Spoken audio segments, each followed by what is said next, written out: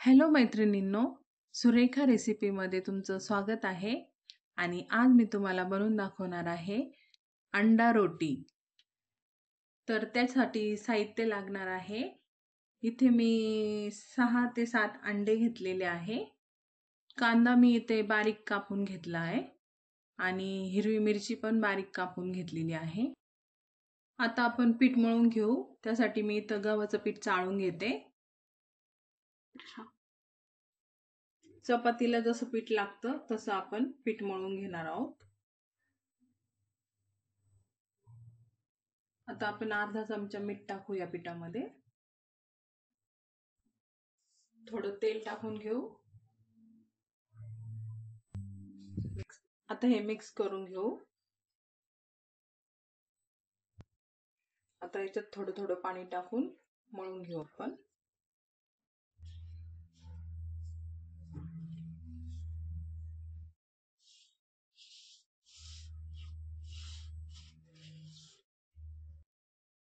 हे बघा, आपलं पीठ मळून तयार झालेलं आहे. आता याला आपण साईडला ठेवून देऊ. आता ह्या वाटीमध्ये आपण एक अंड फोडून घेऊया. हे बघा, याच्यात एक अंड मी टाकून घेतलं वाटीमध्ये.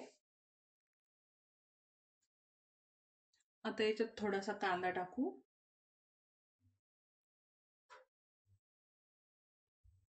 बारीक केलेली मिरची टाकू.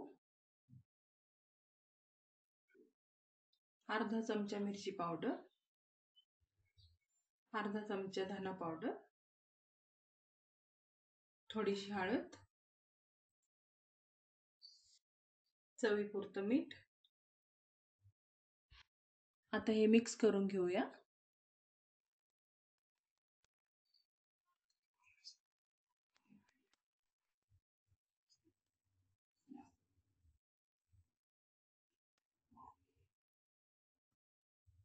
आता आपण चपाती बनवून घेऊ.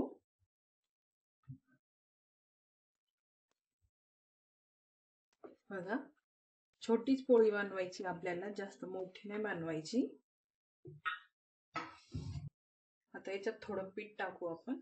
तेल लावलं मी आधी त्याला.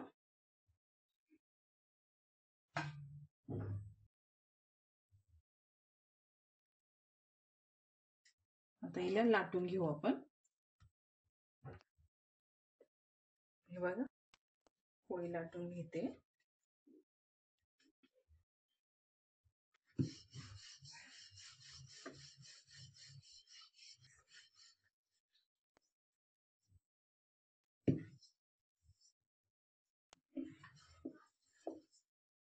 अशा प्रकारे आपल्याला पोळी लाटून घ्यायची.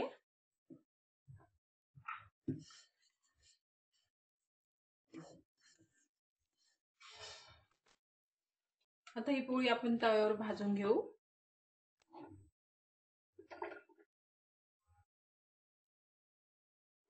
आता चपाती पलटी करून घेऊ. आता इकडे दोन्ही साईडने आपण भाजून घेऊ चांगली.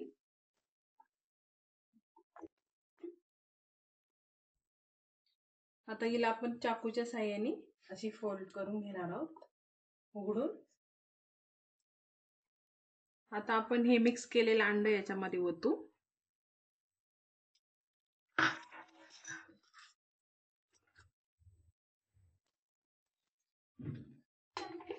आता याला पलटी करून घेऊ.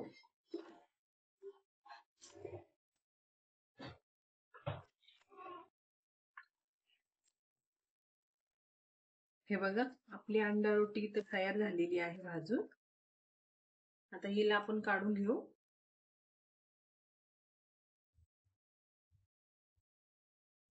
आता आपण दुसऱ्या रोटीसाठी पण पहिल्यासारखंच अंड फोडून त्याच्यामध्ये मिरची, मीठ, कांदा मिक्स करून घेणार आहोत.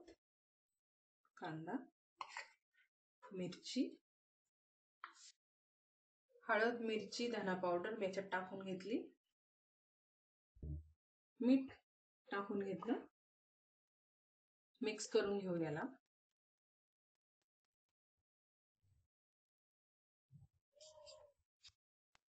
आता ही दुसरी पण चपाती मी लाटून घेतली आहे.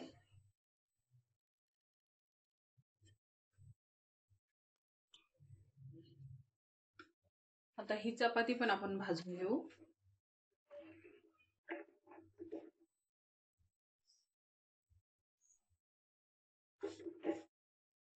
हे बघा, दुसरी पोळी आपली तयार झालेली आहे. आता आपण हिच्यामध्ये पण ते अंडे ओतून घेणार आहोत. हे बघा, आता ह्या पोळीत पण आपण असं फेटलेलं अंड ओतून घेणार आहोत.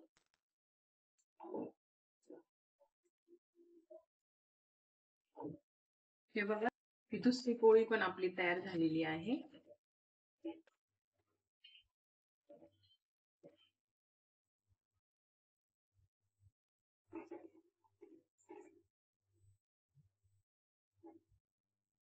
आता ही पोळीला आपण प्लेटमध्ये काढून घेऊ.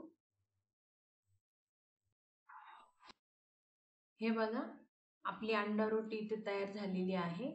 आता मी ही तुम्हाला तोडून दाखवते.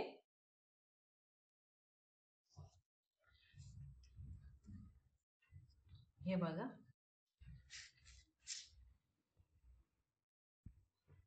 अशा प्रकारे अंडा रोटी तुम्ही पण बनवून बघा. आणि माझी रेसिपी आवडली असेल तर लाईक, सबस्क्राईब करा आणि कमेंटमध्ये पण जरूर सांगा आणि शेअर पण करा. थँक्यू.